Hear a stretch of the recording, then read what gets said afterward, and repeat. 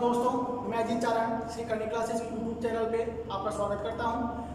हम संवैधानिक विकास जो पढ़ रहे थे उसी श्रृंखला को आगे बढ़ाते हैं और उसको आगे बढ़ाने से पहले मैं एक बात बोलना चाहूँगा आपको कि वीडियो को आप पूरा देखें और इसको लाइक एंड शेयर जरूर करें। और आपको अगर कोई भी कमी अगर आपको लगती है, आपको सुझाव देना है वीडियो संबंधित या इसमें कोई नए चेंजेस करने हैं, कोई बदलाव करना चाहते हो तो आप हमें कमेंट बॉक्स के अंदर बता सकते हैं कि हमारे यहाँ पे एंट्री कब हुई, क्यों एंट्री हुई, किस प्रकार हुई, क्यों आए थे लोग, वही सारी बातें।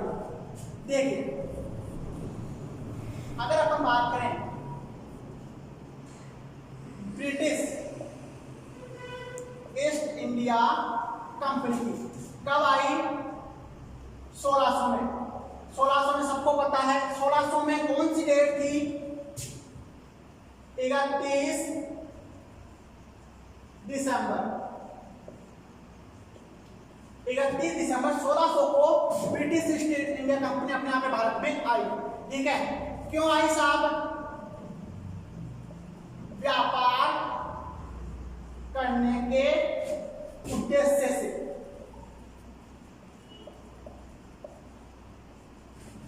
व्यापार करने के उद्देश्य से 1600 में 31 दिसंबर 1600 को कंपनी आई।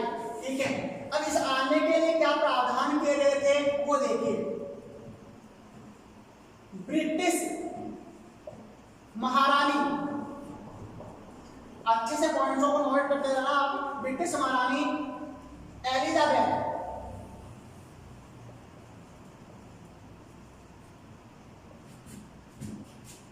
के एक चार्टर एक्ट के तहत, जिसे राजलेख अपन कह सकते हैं कि चार्टर एक्ट क्या है? राजलेख एक्ट के तहत। समझिए, वापस देखा, ब्रिटिश ईस्ट इंडिया कंपनी 1600 के अंदर भारत में आई। कब आई? 31 दिसंबर को। ठीक है, उद्देश्य क्या था? व्यापार करने के उद्देश्य से भारत में उसकी एंट्री हुई, ब्रिटिश ईस्ट इंडिया कंपनी की। उस समय वहां पे ब्रिटेन में कौन था? तो ब्रिटेन में महारानी थी एलिजाबेथ। उसने चार्टर एक्ट के माध्यम से, सुनिए, चार्टर एक्ट। अब कईयों को पूछा जाए कि साहब चार्टर एक्ट क्या होता है, तो वो होता है राजलेख। मतलब एक प्रकार से राजा के द्वारा एक लेख जारी करना, एक घोषणा करना, या एक प्रकार से सहमति देना, सहमति पत्र से आप कह सकते हो। ठीक है, तो सहमति पत्र के तहत ये लोग क्या हुए? इंडिया के अंदर आए। कौन आए थे इंडिया के अंदर, किस प्रकार आए थे वो देखो कि 24 सदस्यों का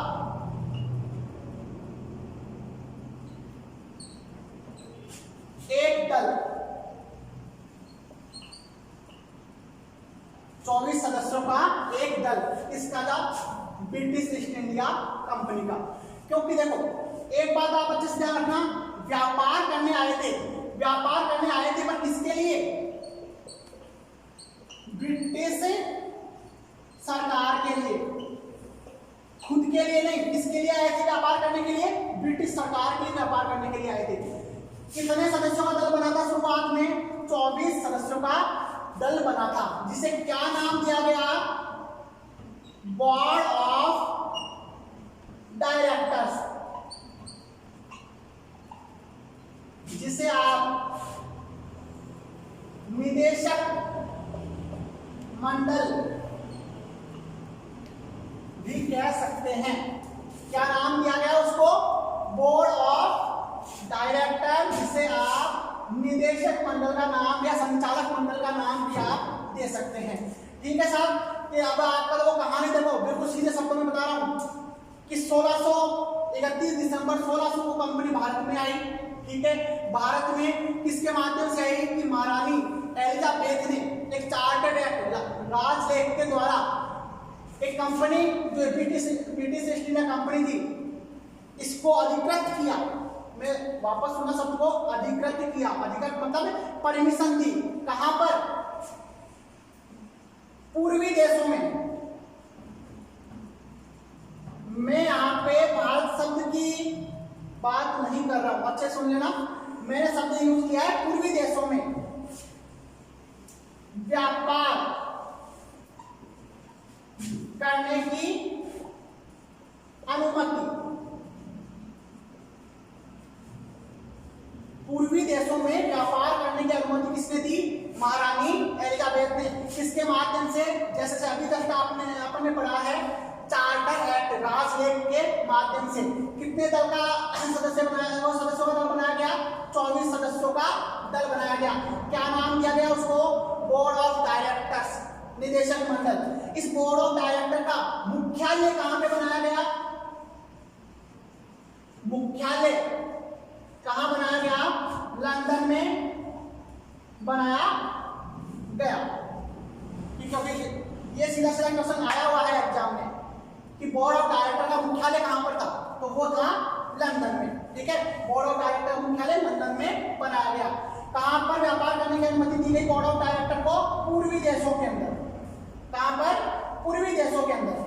अब आप सोच रहे होंगे पूर्वी देश का ये माजरा क्या है? ठीक है, समझते हैं। चलो थोड़ा सा इसको भी पहले, आगे की बात बाद में करेंगे, पहले इसको समझो कि ये जो पूर्वी देश का मैटर है वो क्या है। थोड़ी सी बात करूंगा ज्योग्राफी की। ठीक है, बहुत अधिकतर बच्चों को ऐसा रटा हुआ पड़ा है। ठीक है, तो अपन बात करते हैं अपने पूरे ग्लोब। ठीक है, ग्लोब समझ ले इसको, आप ड्रॉ पे ना चाहें।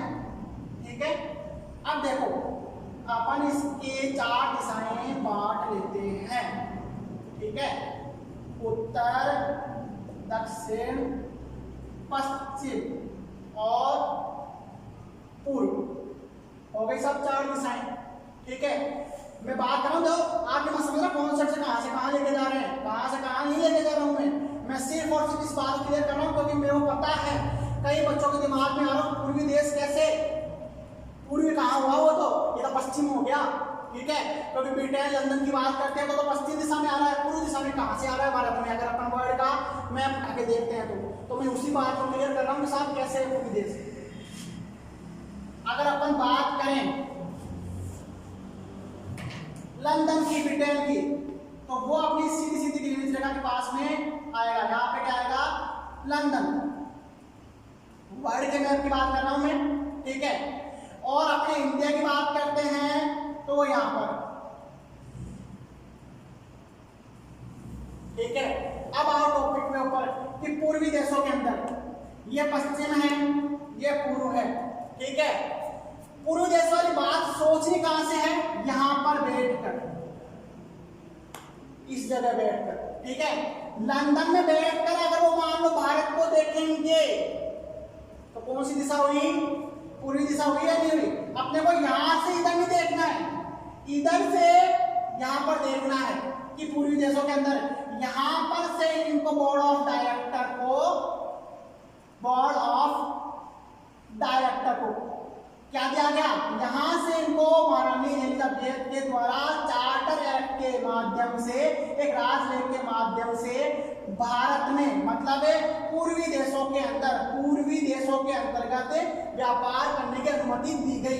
तो वो लोग आपके 31 दिसंबर को 1600 में कहां पहुंच गए साहब? भारत पधार गए। ठीक है, अब भारत पधारने के बाद में क्या व्यवस्था हुई वो अपन आगे चर्चा करते हैं। ये समझ में आ गया पूरी देश वाला क्या माजरा था। ठीक है, क्योंकि देखो तथ्यों को अगर तब तक अपन अच्छे से नहीं समझेंगे ना तो वो अपने दिक्कत करेंगे ही आगे चले, कोई ना कोई कसक मन में रह जाती है और फिर आप बोलोगे कि साहब गुरु जी ने क्या बता दिया, कहां से कहां ले गए, कोई समझ में नहीं बेटा मामला ही। ठीक है, कोई इतना कोई तुल तो होना चाहिए मामले का पढ़ाने के लिए, तो कहां से कहां जा रहे हो तो वो मत देखो। अब देखो सीरियल से चलते हैं अपन। ठीक है, अपन ने इतनी बात कर ली, महारानी ने एक 24 सदस्य का दल भेज दिया, बोर्ड ऑफ डायरेक्टर्स को नाम दे दिया गया, मुख्यालय इसका लंदन में कर दिया गया। ठीक है, लंदन के बाद फिर वो लोग अपने यहाँ पर भारत में आते हैं, तो भारत में आने वाली बात हम करते हैं। देखो अब इनको परमिशन तो मिली नहीं महारानी से, अभी आप लोग क्या करेंगे, आएंगे यहाँ पे, तो शुरुआत कहाँ से होती? सन 1608, याद रखना अच्छे से, 1608 शुरुआत। ठीक है। अंग्रेज अधिकारी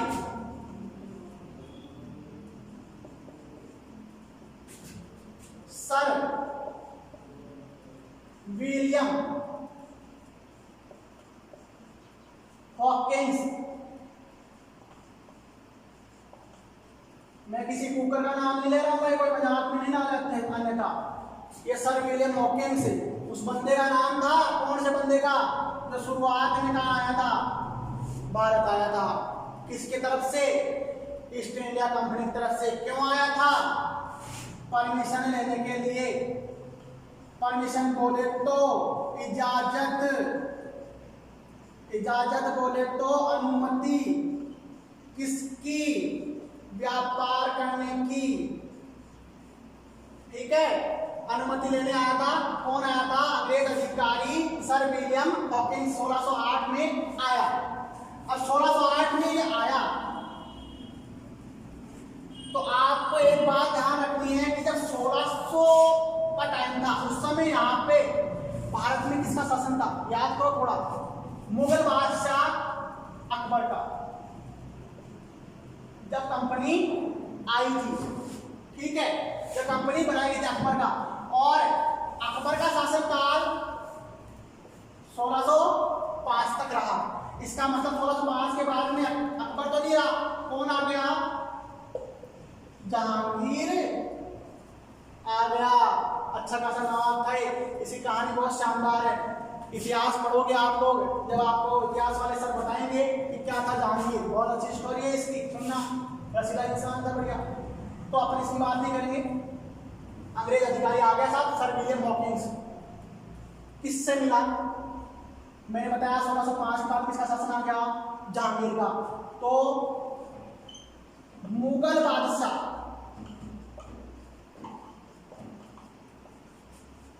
जहांगीर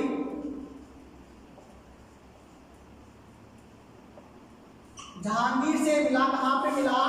आगरा में। आगरा में मिला साहब, ठीक है। आगरा में मिलने के बाद अब क्या बात हुई? क्यों आया था ये आपको पता है? किसके लिए आया था? अनुमति लेने के लिए। ये आया जहांगीर के पास। इस साहब जी कहां से आया हूं? कि लंदन से आया हूं, बोर्ड ऑफ डायरेक्टर्स की तरफ से आया हूं। जहांगीर बोला भाई क्यों आया है? ठीक है, तो क्यों आया है कि साहब अनुमति दे दो। कि किसकी अनुमति? की व्यापार करने की। तो जहांगीर ने कहा कि ना भाई रहने दे, ठीक है, हमारे यहाँ पे धंधा पानी ऐसे ही सेट है, कोई दिक्कत नहीं है, आपके व्यापार करने की आवश्यकता ही नहीं है, ठीक है, रहने दे, रोटी पानी खाओ और जाओ, ठीक है। काफी गिड़गिड़ाया सर विलियम हॉकिंस साहब, देख लो एक बार और सोच लो, ठीक है। अब जहांगीर सोचता, ठीक है, जहांगीर सोचता। इससे पहले जहांगीर के पास कौन आए? पुर्तगाली। अब आप बोलोगे ये पुर्तगाली बीच में कहां से आ गए? पुर्तगाली भी थे यहाँ पे। 1498 की डेट से ही आपके पुर्तगाली भारत में थे। अंग्रेज तो बाद में आए थे साहब। 1498 से पुर्तगाली अपने यहाँ पे भारत में थे। और पुर्तगालियों ने क्या कहा? जहांगीर साहब के पास गए और कान भर दिए। कहते हैं कान का कच्चा होना, ठीक है। अब जहांगीर ने कान भर दिए कि क्या आलम साहब क्या कर रहे हो आप? ये लोग अच्छे नहीं हैं, इनका व्यवहार अच्छा नहीं है, हम लोग जानते हैं सब, कोई मतलब वाली बात नहीं है। और आप किसके मतलब किसके चक्कर में आ रहे हो? इनसे ताकतवर तो हम हैं, पुर्तगालीज हम हैं, इससे ताकतवर तो क्यों आप फालतू को यहाँ पे बुला रहे हो? क्या मतलब है? व्यापार वगैरह करना है हमारे साथ करो ना, क्या दिक्कत है, ठीक है। तो साहब जहांगीर के कान भर दिए किसने? पुर्तगालियों ने कान भर दिए। कान भरते फिर क्या था? अंग्रेज अधिकारी था, उसको परमिशन के लिए साफ मना कर दिया जहांगीर ने कि ना भाई रहने तू जा, नहीं हमें व्यापार करना ही नहीं, हमारा धंधा पानी वैसे ही सेट है और तू अब जाता रहे, कोई मतलब ही नहीं है, ठीक है। तो साहब जो ये सर विलियम हॉकिंस आया था ये वापस लौट गया, ठीक है। अब ये वापस लौट गया तो साहब दिक्कत ये हुई कि वापस महारानी के पास गया, ठीक है। महारानी को पूरा रोजा रोना बताया इसने कि ऐसे ऐसे जहांगीर जहांगीर से मिला, मैं आगरा के अंदर था, वो वहां बैठा था, मैं उसके पास गया, इजाजत मांगी, वो सोच भी रहा था इजाजत देने के लिए, पर दूसरे दिन वहां पे कौन आए, पुर्तगाली आए, और इन पुर्तगालियों ने उसके ऐसे कान भरे कि साहब क्या करें, उसने जहांगीर ने मना कर दिया। तो महारानी ने क्या कहा, सुनना कहानी को अच्छे से। महारानी ने कहा कि साहब ऐसा करो, पहले इनका इलाज करो, ठीक है, इनका इलाज हो जाएगा ना तो अपने भारत में एंट्री कर पाएंगे, क्योंकि अगर इनका इलाज नहीं हुआ तो ये अपन वापस जाएंगे, फिर ये कान भरेंगे और ये दिक्कत भी करेंगे, ठीक है। एक आपको थोड़ी सी इसकी में कहानी और बता देता हूं, ठीक है। पुर्तगालियों के अंदर एक फ्रांसिस्को डी अल्मीड़ा नाम से राजा बना था भारत के अंदर, ठीक है, वायसराय बन के आया था वो। तो उसने क्या किया था, एक नीले पानी की नीति चलाई थी, नीले पानी की नीति, ब्लू वाटर पॉलिसी इसने चलाई थी पुर्तगालियों ने, कि अरब सागर और इधर बंगाल की खाड़ी, ये बीच में भारत है, ठीक है, दोनों तटों पर उन्होंने कब्जा कर रखा था नीले पानी की नीति से। और क्या बोल रहे थे कि साहब अगर इधर से कोई आता है तो उससे टैक्स लो, इधर से कोई आता है तो टैक्स लो, जाता है तो टैक्स लो, ये थी नीले पानी की नीति। अब साहब इधर से तो पुर्तगाली आए और इधर से किसको आना था, इनको आना था, अंग्रेजों को भी, ठीक है। तो यहाँ पर इनको टैक्स देना पड़ता था, टैक्स देना पड़ता था। तो अब समस्या यह हो गई कि साहब इनको तो कैसे भी करके यहां से हटाना पड़ेगा, ठीक है। अब यहां से हटाने के लिए क्या किया जाए, तो अब देखो आगे की कहानी क्या होती है, इसको मिटा देता हूं, स्क्रीनशॉट आपने ले लिया होगा। आगे चलते हैं अपन आगे कहानी में। यहां तक की कहानी तो सही है ना, कहीं मिटाते मिट गया हो सबके, बहुत अच्छे सुना रहा हूं, कहानी की तरह याद हो जाएगा। 1608 में कौन आया, सर विलियम हॉकिंस आया, कहां पे मिला, जहांगीर से मिला, आगरा के अंदर मिला, जहांगीर ने मना कर दिया, किसके कहने पर, पुर्तगालियों के कान भरने पर। हालांकि निर्णय उसका खुद का था, मन में ये सेट करके मत बैठ जाना कि पुर्तगालियों के कहने पर उसने ऐसा किया था, नहीं, सिर्फ कान भरे गए ये बताया जाता है, ठीक है। वापस गया विलियम हॉकिंस, महारानी से बोला कि साहब ऐसी ऐसी बात है, दिक्कत हो रही है, पुर्तगालियों का इलाज करना पड़ेगा, चलो करते हैं पुर्तगालियों का इलाज। 1612 ईस्वी, ठीक है। कैप्टन बॉस्टन के नेतृत्व में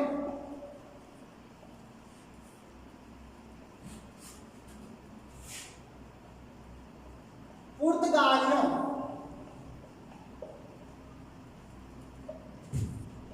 पर हमला। 1612 में क्या हुआ, कैप्टन बॉस्टन के नेतृत्व में पुर्तगालियों पर हमला किया, किसने, अंग्रेजों ने। अंग्रेजों ने हमला किया। अब आप जानते ही हो साहब हमला क्यों किया, कभी अपन कहानी पहले से पढ़ चुके हैं कि अगर पुर्तगालियों को रास्ते से नहीं हटाया गया टाइम पे तो दिक्कत ही दिक्कत है, ठीक है। इसलिए क्या किया गया, पुर्तगालियों पे हमला किया गया। फ्रांस और डच जो और ईस्ट इंडिया कंपनियां थी उनमें उनकी भी सहायता ली गई इसके अंदर, ठीक है। और 1612 में क्या किया, पुर्तगालियों पर हमला कर दिया। उस हमले में वो विजयी रहे। फिर क्या हुआ आगे, 1613 में सूरत के अंदर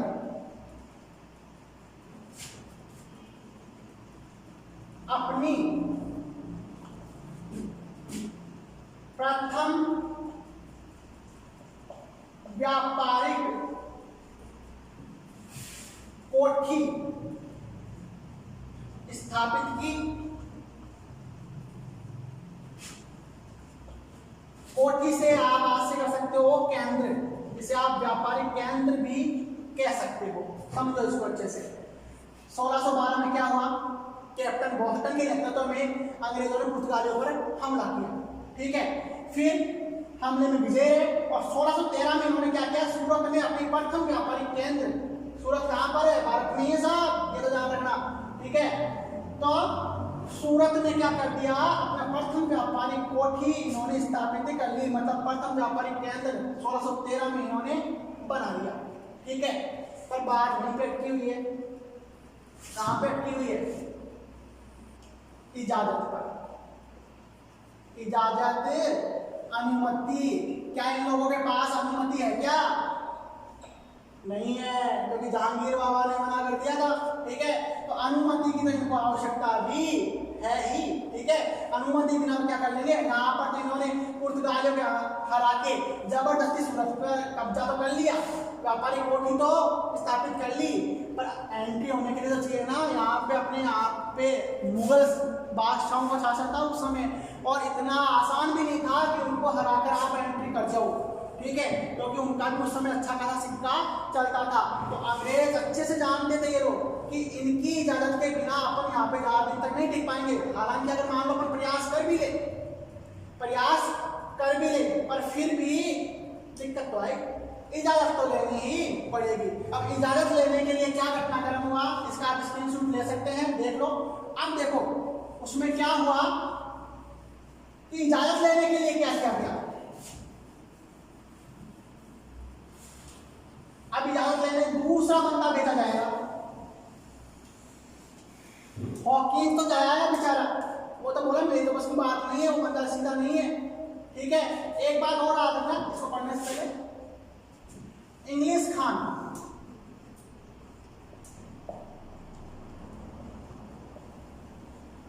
खान की उपाधि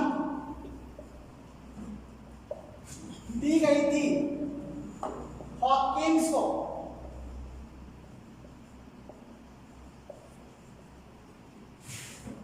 किसके द्वारा? जहांगीर के द्वारा। क्यों साहब इंग्लिश खान उपाधि?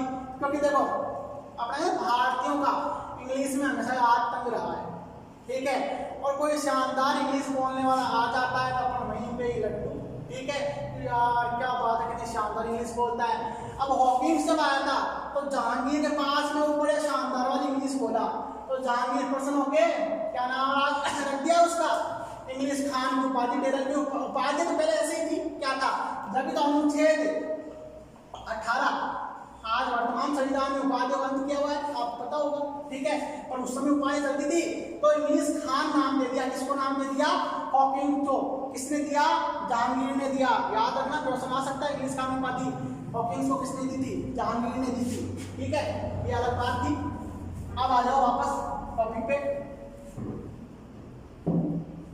देखिए सन 1615 दिसंबर,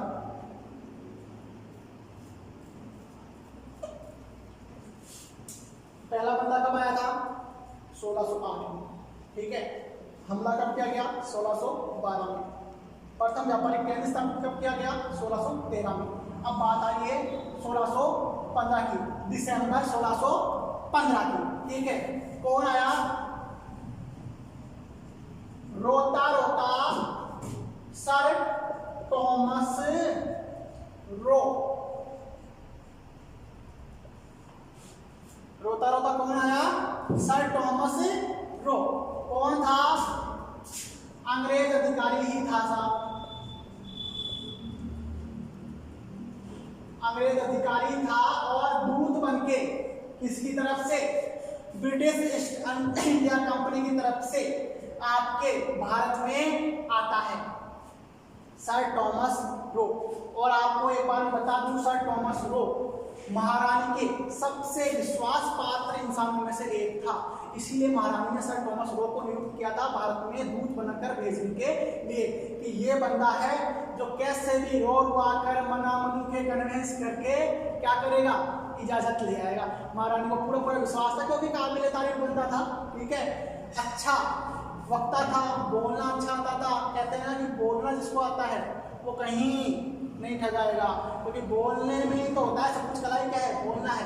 सर टॉमस रो व्यक्तित्व का कैसा था? इसी व्यक्तित्व का धनी था, बोलने का ही। और बोलने के कारण उसको क्या है, महारानी ने किया कि जा तू भारत में जाओ और क्या करके आ, इजाजत लेके आ, कैसे तेरे को इजाजत नहीं मिलती है। देखिए आया साहब 1615 में दिसंबर में आ गया।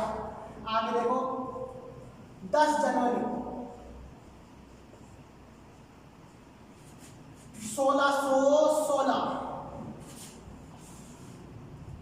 10 जनवरी 1616 के अंदर वह किससे मिला, वो ही जहांगीर से। कहां पर मिला आपकी बात, अजमेर में। अजमेर में कहां पर, मैंगनीज दुर्ग में।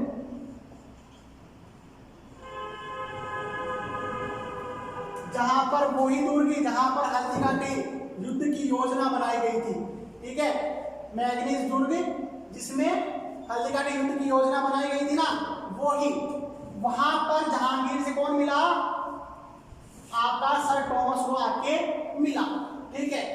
अब जैसे जहांगीर के पास ये बंदा आता है तो जहांगीर बोलता है कि यार तू फिर आ गया, क्या है, पिछली बार तुम लोगों को समझ में नहीं आता, मेरे को कोई व्यापार नहीं करता, हमारा उद्योग धंधे बड़े से मतलब धंधा पानी चल रहा है, नॉर्मल मजे से हम खा पी रहे हैं, आप लोगों को आवश्यकता ही क्या है, ठीक है।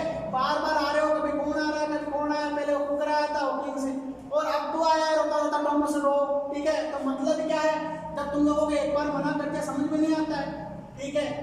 अब वो भाई साहब अपनी, मैंने आपको पहले ही बताया, वक्त अच्छा था, ठीक है, उसने बातों ही बातों में जहांगीर को ऐसी गोली दी मीठी वाली, ठीक है, कि जहांगीर ने क्या कर दी, यस कर दी कि चल ठीक है, तेरे को इजाजत दी जाती है। ध्यान में रख लो, क्योंकि उस कहानी से क्या होगा, अपने को इसको याद करने में थोड़ी आसानी होगी, और जहां तक है सत्य भी है, लिखा हुआ है कि कहानी क्या है वो सुनो। अब देखो साहब कि जब सर टॉमस रो अपन ने कहा कि रोता गिड़गिड़ाता आया, मनाने के लिए आया, बट इतनी आसानी से जहांगीर माना नहीं था। जहांगीर ने किस प्रकार से हाँ कही थी, इसके पीछे एक छोटी सी कहानी है, वो देखो मैं सुनाता हूँ। जहांगीर के क्या हुआ कि जैसे जहांगीर की एक पुत्री थी, और पुत्री क्या कर रही थी कि साल रात के समय में महल में रोशनी कर रही थी, रोशनी कर रही थी उजाले के लिए, ठीक है। अब रोशनी करते समय क्या हुआ कि पुत्री जब रोशनी कर रही थी तो उसके ऊपर क्या हो जाता है साहब, गरम तेल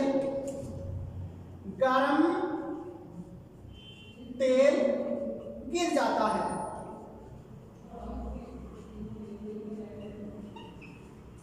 गरम तेल गिर जाता है। अब आपका जो सर टॉमस रो था, ये आता है पुत्री के पास। क्यों आता है साहब पुत्री के पास, क्योंकि साहब वो एक अच्छा चिकित्सक भी था, ठीक है, चिकित्सक था। चिकित्सक होने के नाते उसने उसका क्या किया, इलाज किया। किसका किया, जहांगीर की पुत्री का, जो रोशनी करते समय क्या हो गया था, गरम तेल उसके ऊपर गिर गया था, जल गई थी। तो क्या हुआ कि साहब सर टॉमस रो आता है और उसका इलाज कर देता है। इलाज करते ही जहांगीर की नजरों में आ गए। सीधी सी बात है कि कोई भी अगर अपने लिए कुछ अच्छा काम करता है तो वो नजरों में आता ही है, और उसी का फायदा उठाते हुए इसने क्या किया, सर टॉमस रो ने इलाज कर दिया और उसकी नजरों में आ गया। और इससे क्या हुआ, इस बात से क्या हुआ कि आपका जो सर टॉमस रो था, सर टॉमस रो था, इसका आना जाना, सुनना अच्छे से, आना जाना क्या हुआ कि उसका आना जाना महल में शुरू हो गया। थोड़ा नजदीकियां बढ़ी जहांगीर से, महल में आना जाने लग गया। अब उसने सोचा कि साहब मैंने क्या कर लिया कि राजा के दिल में थोड़ी सी जगह तो बना ली है, और अब इस जगह को मेरे को क्या करना है, इजाजत में परिवर्तित कराना है। तो इसके लिए क्या करना पड़ेगा, कुछ ना कुछ तो तिगड़म लगानी पड़ेगी। अब आपको पता है कि जहांगीर की जो पत्नी थी वो थी, जो इतिहास में फेमस है, नूरजहां बेगम, नूरजहां, ठीक है। और आप सभी को जहां तक पता होगा, इतिहास अगर आपने पढ़ा है, तो नूरजहां एक प्रकार से रियासत में लगभग जहांगीर काल में किसकी चलती थी? नूरजहां की चलती थी, क्योंकि जहांगीर तो नशे में धुत रहता था, आदि था, और शासन को किसने संभाल रखा था? नूरजहां ने ही संभाल रखा था। अब सर टॉमस रो सोचता है कि साहब डायरेक्ट मेरे को नूरजहां तक तो कोई पहुंचने देगा नहीं, क्या पता कैसे भी करके उसको मना ही लूं, ठीक है। बट नूरजहां तक पहुंचने के लिए मेरे को एक सीढ़ी प्रयोग करनी पड़ेगी, और वो सीढ़ी कौन बना? नूरजहां का भाई। कौन था? आसफ खां था। आसफ खां था इसका? नूरजहां का भाई और जहांगीर का साला, साले साहब थे साले। अब जहांगीर साहब था, तो इसने क्या किया? इसने टॉमस रो ने आसफ खां को क्या किया? अपने पक्ष में किया। हो सकता है कि अब आप ये कह सकते हो कि धन का लालच दिया हो, धन का लालच, या फिर और कोई किंवदंती रह सकती है, और कुल मिला के क्या किया? भाई को अपने पक्ष में कर लिया। और क्या हुआ कि भाई को बोला कि तू कैसे भी करके अपनी बहन को मना, और बहन अगर मान लो जहांगीर को मनाएगी तो मेरे को इजाजत मिल जाएगी। ये भाई गया नूरजहां के पास कि दीदी दीदी ये बात है, मेरा कोई विदेशी मित्र है और उसको इजाजत चाहिए भारत में व्यापार करने की। अब उसके हिसाब से क्या हुआ साहब कि नूरजहां सोची कि साहब भाई की बात तो मानूंगी, क्योंकि वही बात है अपने यहाँ पे तो भारत में तो कि भाई पहले पति बाद में किसी भी लड़की के। तो नूरजहां गई जहांगीर के पास कि साहब मेरे भाई की एक बात है और आपको वो टालना नहीं है, क्योंकि पहली बार मेरा भाई कुछ मांग रहा है और आपको पूरा करना पड़ेगा। जहांगीर बोलता बोल क्या बात है, तेरे से बढ़कर थोड़ी है, ठीक है। तो नूरजहां ने कहा कि साहब मेरे भाई आसफ खां का एक विदेशी मित्र है और वह भारत में व्यापार करना चाहता है। जहांगीर माजरा समझ गया कि साहब आया तो मेरे पास भी था, अरे उसने नौटंकी करके इन दोनों को अपने पक्ष में कर लिया है, पर साहब बीवी के आगे किसकी चली है, ठीक है। नूरजहां का कहना उसको मानना पड़ा, और नूरजहां ने कहा, और इधर सर टॉमस रो को आपकी इजाजत मिल गई।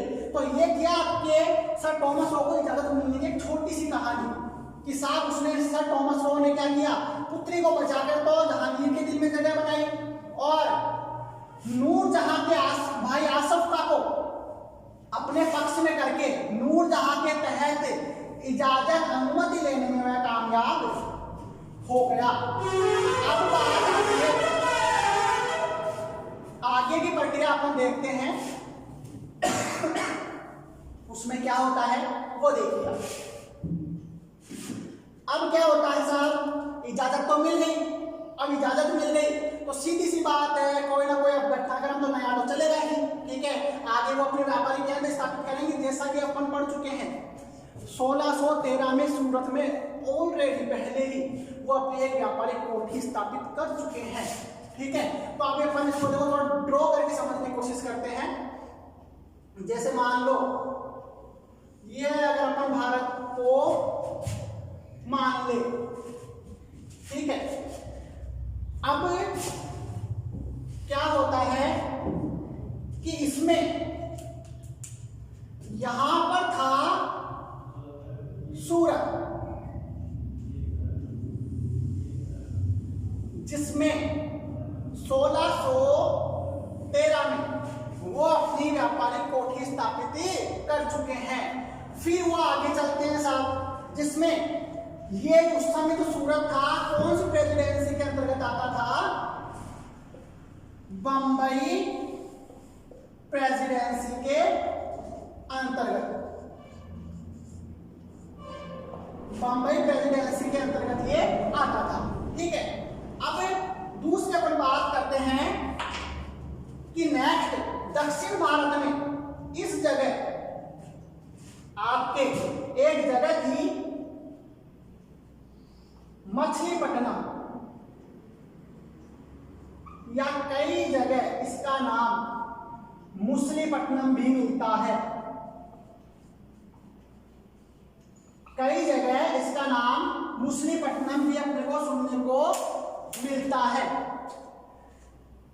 तो यहां पर इसने क्या किया, 1617 में मछलीपट्टनम में अपना दूसरा व्यापारिक केंद्र दक्षिण भारत में, कह सकते हो आप कि दक्षिण भारत में क्वेश्चन आपका इस तरह से भी आ सकता है कि अंग्रेजों का या कह सकते हैं ईस्ट इंडिया कंपनी का दक्षिण भारत में पहला व्यापारिक केंद्र कौन सा था, तो वो आपका मछलीपट्टनम ही रहेगा।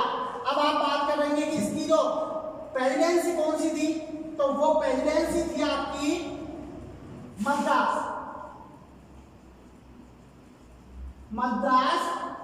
प्रेसिडेंसी।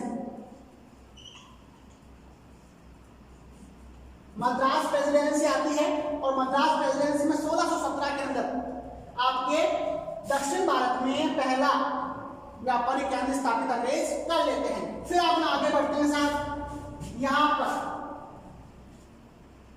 कलकत्ता नगर की स्थापना की गई कब, 1700 में। कलकत्ता नगर की स्थापना की गई, कब की गई, 1700 में कलकत्ता नगर की स्थापना की गई। अब अपन बोलेंगे कि साहब इसमें कौन सी प्रेसिडेंसी आ रही थी, तो यहां पर थी बंगाल प्रेसिडेंसी।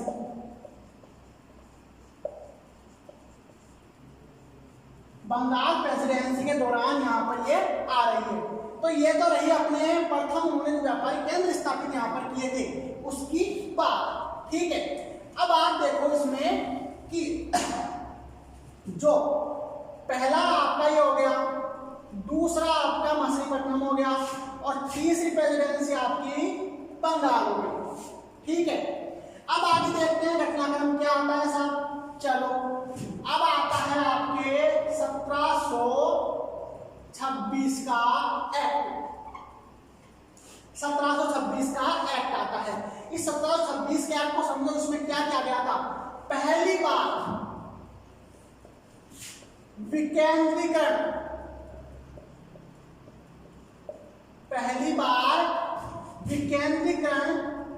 व्यवस्था को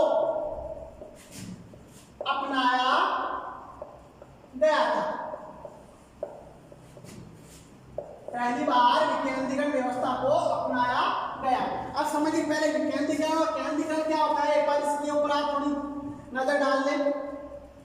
विकेंद्रीकरण होता है जैसे मान लो ये कोई चीज है, ये कोई वस्तु है, ठीक है, अपन इसको अलग अलग टुकड़ों में बांट दें, 1 2 3 4, तो ये हो गया इसका एक का विकेंद्रीकरण, ठीक है, मतलब बांट देना। और ये आपका है जैसे मान लो कि एक ही वस्तु थी, अलग अलग टुकड़ों में थी, इसको सबको एक कर दिया जाए तो वो क्या हो जाएगी, केंद्रीकरण। तो अपन बात कर रहे हैं विकेंद्रीकरण व्यवस्था की। 1726 का एक एक्ट आया था जिसे विकेंद्रीकरण, क्वेश्चन अपना बनेगा कैसे बनेगा वो देखो कि भारत में विकेंद्रीकरण शासन व्यवस्था की शुरुआत कब मानी जाती है, 1726, ठीक है। या आप कह सकते हो कि 1726 का जो एक्ट था कौन सी शासन व्यवस्था संबंधित था, विकेंद्रीकृत, केंद्रीकृत या दोनों या कोई नहीं, ठीक है। तो आपको विकेंद्रीकृत शब्द याद रखना है, विकेंद्रीकरण व्यवस्था का जन्म हुआ था। अब बात आती है कि सब विकेंद्रीकरण की आवश्यकता क्यों पड़ी, समझिए इसको, आवश्यकता क्यों पड़ी। बम्बई प्रेसिडेंसी अलग था, मद्रास प्रेसिडेंसी अलग था और बंगाल प्रेसिडेंसी अलग था, ठीक है। सभी को क्या किया जा रहा था, आपके एक बार ईस्ट इंडिया कंपनी द्वारा ही संभाला जा रहा था, मैनेजमेंट प्रबंधन किया जा रहा था। ईस्ट इंडिया कंपनी ने सोचा कि क्यों न अपन इनको अलग अलग प्रेसिडेंसी तो बनी हुई है, इनके अलग अलग जो संभालने वाले हैं गवर्नर है, क्यों ना उनके पद बना दिए जाएं, अलग अलग व्यवस्थापक बना दिए जाएं। जैसा कि होता है आपने देखा होगा अपने यहाँ पे कोई शादी विवाह होता है तो शादी विवाह में काम को संभालने के लिए हमारे घर के बड़े बुजुर्गों द्वारा क्या किया जाता है कि व्यवस्था को बनाने के लिए अलग अलग काम सबको बांट दिए जाते हैं कि बारात स्वागत ये लोग करेंगे, ठीक है, पानी की व्यवस्था ये लोग देखेंगे, भोजन आदि सामग्री की व्यवस्था ये लोग देखेंगे, या मान लो और कोई प्रकार का कार्य है तो उसके लिए ये लोग देखेंगे। तो सबको अलग अलग ग्रुप में बांट दिया जाता है, जिससे क्या होता है कार्य का संचालन करना आसान हो जाता है, ठीक है। और उस आसान कार्य करने के लिए इधर ही ईस्ट इंडिया कंपनी के दिमाग में आया कि क्यों न अपन अलग अलग जो प्रेसिडेंसी बने हुए हैं इनके अलग अलग गवर्नर नियुक्त कर दिए, ठीक है। तो साथ क्या किया गया, इनके अलग अलग गवर्नर नियुक्त कर दिए गए, अलग अलग गवर्नर नियुक्त कर दिए गए, ठीक है। प्रत्येक प्रेसिडेंसी का क्या बना दिया गया, एक गवर्नर बना दिया गया। बंबई का गवर्नर, मद्रास का गवर्नर और आपके इसका बंगाल का गवर्नर बना दिया गया, ठीक है। अब आगे की बात करते हैं, ये चीज अपने समझ में आ गई। अब आगे क्या घटनाक्रम हुआ वो देखते हैं, या आप लोगों ने देख लिया, मैं मिटा देता हूं इसको। अब गवर्नर तो अलग अलग नियुक्त कर दिए, ठीक है, वैज्ञानिक व्यवस्था की शुरुआत भी हो गई, किंतु एक नया ही घटनाक्रम अपने सामने आ रहा था, और वो घटनाक्रम क्या था वो देखिए। अभी अपन ने देखा कि आपके यहां पर बंगाल प्रेसिडेंसी थी, बंगाल प्रेसिडेंसी थी। बंगाल का जो नवाब था वो था सिराजुद्दौला,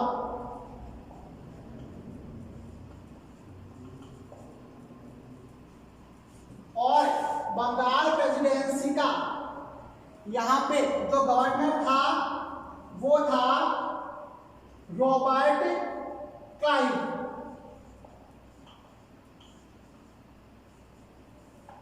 समझ रहे हैं इस कॉन्सेप्ट को अच्छे से। बंगाल प्रेसिडेंसी में जो वहां का नवाब था कौन था, सिराजुद्दौला था, और रॉबर्ट क्लाइव क्या था उस समय वहां का गवर्नर था, ठीक है। अब गवर्नर के साथ में क्या हुआ, गवर्नर बंगाल के सिराजुद्दौला ने इसके साथ युद्ध करना चाहा कि मैं तेरे अंदर में नहीं रह सकता, मैं मेरे तरीके से मतलब एक प्रकार से रहूंगा, शासन करूंगा, तू कौन होता है मेरे को रोकने वाला, ठीक है। तो आपको बहुत ही एक फेमस युद्ध है 1757 का। अब आपके मन में आ गया कौन सा युद्ध, प्लासी का युद्ध, प्लासी का युद्ध किन किन के मध्य हुआ था, सिराजुद्दौला और रॉबर्ट क्लाइव के मध्य, ठीक है। सब बड़े जोर और शोरों के साथ में आगाज करके सिराजुद्दौला आता है, रॉबर्ट क्लाइव जो है सीना चौड़ा करके कि साहब मैं लड़ूंगा और उसको यहाँ से निकालूंगा, करना है जो कर लो। रॉबर्ट क्लाइव बोलता है अच्छा भाई कोई बात नहीं है, ठीक है। आता है, आगे क्या होता है, नालायक हार जाता है, ठीक है, हार जाता है। अब हार के क्या होता है कि यहां से ही हार के साथ ही आपके ब्रिटिश शासन की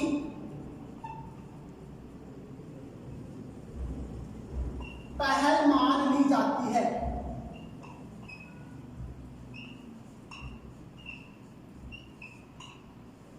या कह सकते हो पहला प्रयास। कौन सा पहला प्रयास, भारत में ब्रिटिश सरकार के कदमों का पहला प्रयास यहां से 1757 का प्लासी का युद्ध से डिसाइड हो जाता है कि ब्रिटिश शासन का पहला प्रयास यहाँ पे शुरू हो चुका है। फिर बात करते हैं अपन आगे, इसी में क्या होता है कि बिहार के पास यहाँ पर बिहार में एक बक्सर नामक जगह रहती है, बक्सर नामक जगह रहती है, बक्सर का युद्ध होता है। डेट आपको पता होगी 1764, बक्सर का युद्ध, बिहार में बक्सर नामक जगह रहती है, वहां पर एक युद्ध होता है बक्सर का युद्ध 1764 में। अब इसमें क्या होता है वो देखिए,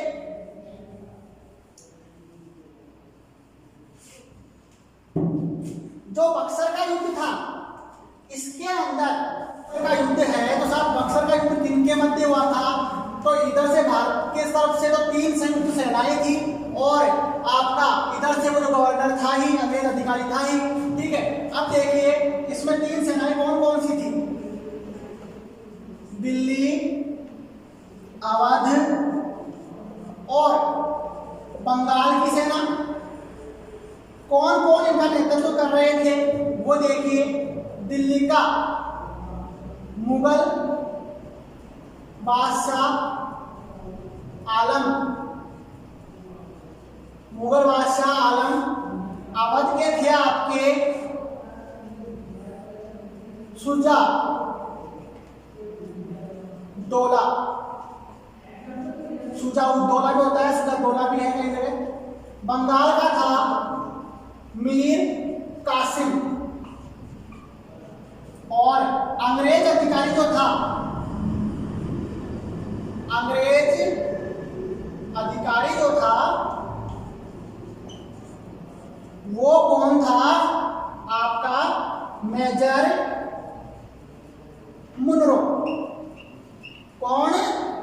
मुनरो। अब देखो साहब कहानी को समझो कि पहले तो 1757 में प्लासी का युद्ध हुआ बंगाल प्रेसिडेंसी में, बंगाल के नवाब सिराजुद्दौला रॉबर्ट क्लाइव के मध्य, जिसके अंदर आपके बंगाल के नवाब की हार हुई, और वहां से अपने कहा गया कि पहला प्रयास था ब्रिटिश सरकार का भारत में, पहला कदम जिसे आप कह सकते हो। फिर बात आई वापस में कि साहब नहीं अभी तक हारे नहीं है, वापस लड़ेंगे एक बार। 3 जने मिलकर आते हैं, बक्सर का युद्ध होता है आपका 1764 में। बक्सर के युद्ध में 3 सेनाएं मिलकर आती है, दिल्ली, अवध और बंगाल। दिल्ली का था मुगल बादशाह आलम, अवध का था शुजा-उद-दौला, बंगाल का था मीर कासिम। अब अंग्रेज अधिकारी था जिससे युद्ध लड़ा गया था वो था मेजर मुनरो। अब आपका जो है मेजर मुनरो था, इसने इन तीनों को हरा दिया साहब। क्या किया? हरा दिया। और इसी ही समय को 1764 के युद्ध को ही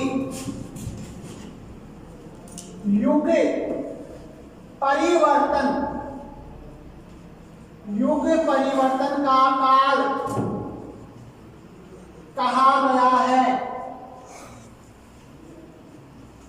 युग परिवर्तन का काल कहा गया है क्यों?